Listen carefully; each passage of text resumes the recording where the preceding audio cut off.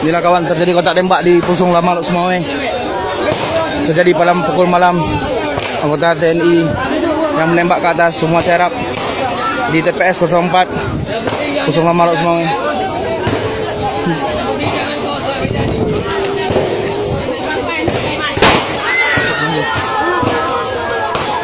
Terap semua.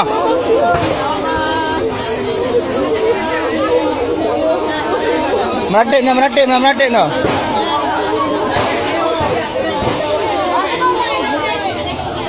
Ya, terjadi di Pusung Lama Lok Semawe.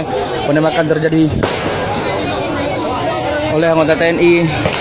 Satu kompi mereka kembali. Masih terdengar suara tembakan.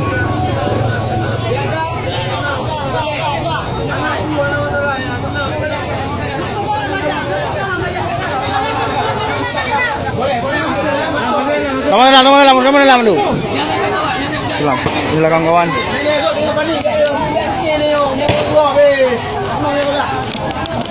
Urina dalam. Jangan panik, oke. Uragam jaga. Linmas mana Linmas? Limas nggak tahu kemana. Ini kawan-kawan, banyak tadi kerusuhan di malam pemilihan calon wakil daerah.